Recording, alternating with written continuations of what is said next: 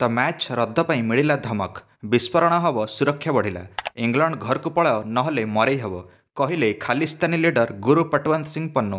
Pannu video जारी करी कहला रांची रे भारत बनाम इंग्लैंड मध्य खेला जावाकुथिबा चतुर्थ टेस्ट बातिल कर दियो। रांची स्टेडियम टी आदिवासी लोकंक जमी हड़प करी बना ହେଇଛି। से स्टेडियम भांगी दियो नहले ठीक हेबनी। पन्नू आम भारतीय अधिनायक रोहित शर्मा और इंग्लैंड कैप्टेन बेन स्टोक्स को मैच रे भाग नापी मना करछि। भाग नेले परिणाम भयंकर हब। स्थानीय झारखंड पुलिस एबेरु सुरक्षा कड़ाकड़ी कर देछि। मैच पूर्वरु ए खबर शुणी 23 तारिख मैच हब। खेलाड़ी मानक होटेल बाहर सुरक्षा बढ़ाई।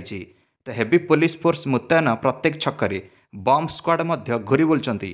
ता सहित एयरपोर्ट रेलवे स्टेशन रे चेकिंग कड़ाकड़ी। कहा उपर संदेह हेले चेकिंग होउची। एणिकी रांची पुलिस रो सीनियर ऑफिसर राहुल सिन्हा जारी होइथिया वीडियोर जांच करचंती। एमिति बहुत थर पन्नू धमकी देइछि। विश्वकप रे भारत पाकिस्तान मैच रे मध्य धमकी देइथिला अहमदाबाद रे। आउ सेठी सुरक्षा मध्य कड़ाकड़ी कर जाइथिला।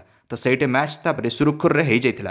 रांची रे मध्य सुरुखुर रे मैच पई समस्ते प्रार्थना करचंती। आपण माने मध्य निज मंतव्य कमेंट दे वीडियो को लाइक और चैनल को सब्सक्राइब कर देबे। समस्त क्रिकेट अपडेट्स पई धन्यवाद।